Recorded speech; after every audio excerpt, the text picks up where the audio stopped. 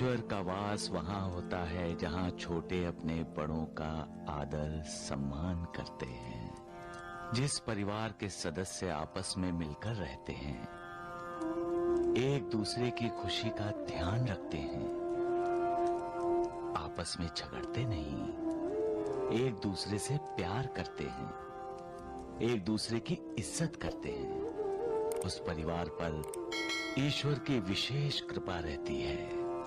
जो पति पत्नी सुख दुख में एक दूसरे का साथ देते हैं, एक दूसरे की भावनाओं की कद्र करते हैं और पूर्ण रूप से एक रूप होते हैं, उनमें हमें अर्धनारीश्वर का दर्शन होता है।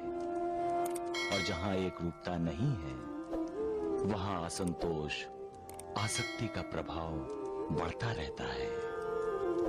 याद रहे, संतोष वहां नहीं है जहां लोभ है, भक्ति वहां नहीं है जहां आसक्ति है, समर्पण वहां नहीं है जहां अहंकार है। ये अहंकार जो है बहुत शक्तिशाली है, पति और पत्नी के बीच दीवार खड़ी कर देता है, दोस्तों के दिलों में एक दूसरे के लिए कड़वाहट भर देता है।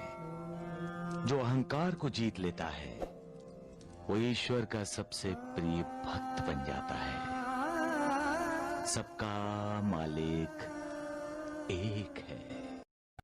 इंसान गलतियों का पुतला है, फिर भी उसे अपनी गलतियां सुधारने का मौका मालिक उसे देता है और बार बार देता है।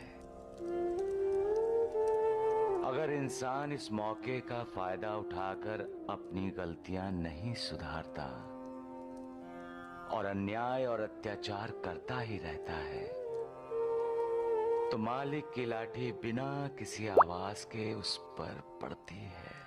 प्रेम भक्ति का ही एक रूप है। जहां भक्ति है वहां प्रेम है, और जहां प्रेम है वहां भक्ति है।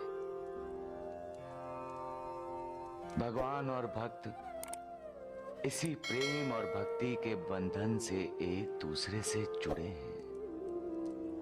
भक्ति और प्रेम का अंतिम चरण है समर्पण। जब भक्त पूर्णतया अपने आप को भगवान को समर्पण कर देता है, तब भगवान और भक्त एक हो जाते हैं। उनमें कोई दूजा भाव नहीं रहता। यही समर्पण जब पति और पत्नी में होता है, तो वो भी एक हो जाते हैं और उनकी उन्नति और उत्कर्ष का समय शुरू हो जाता है।